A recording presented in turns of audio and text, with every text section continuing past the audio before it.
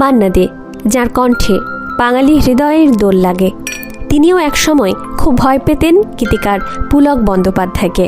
এ কথা শুনে অবাক লাগতে পারে, কিন্তু ঘটনা একেবারে সত্যি।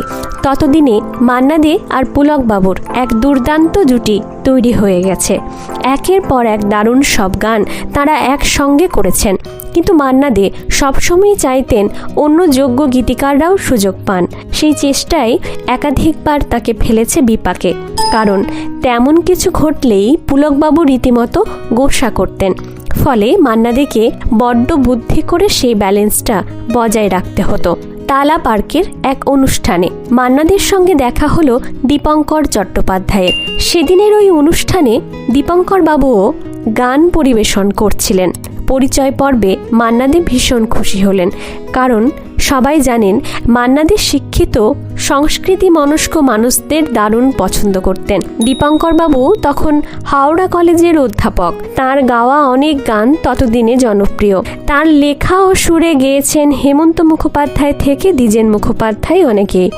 আলাপ বেশ জমে উঠেছে দেখে খুব ভয়ে ভয়ে দীপঙ্কর বাবু আসল কথাটা পারলেন।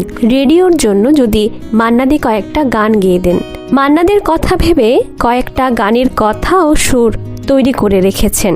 সম্পর্কটাকে আরেকটু নিবিড় করার জন্য দীপঙ্কর বাবু বললেন, আপনার মদন ঘোষ লেনেই আমার মামার বাড়ি। তারপর খুব গর্বের সঙ্গেই যেই বললেন, আমি তো হাওড়ায় থাকি, পুলকদার বাড়িও খুব একটা দূরে নয়, আমার খুবই পরিচিত।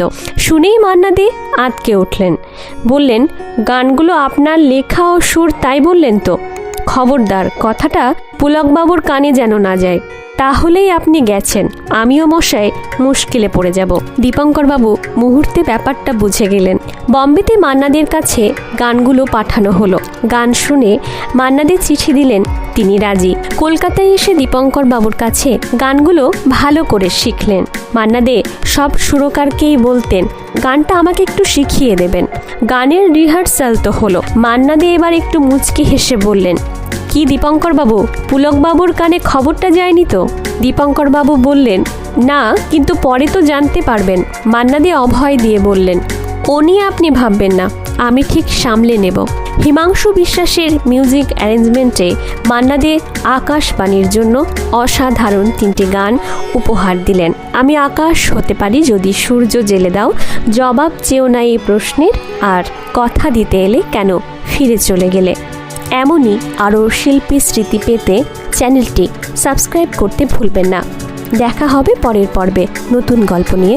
নমস্কার, আমি মন্দিরা।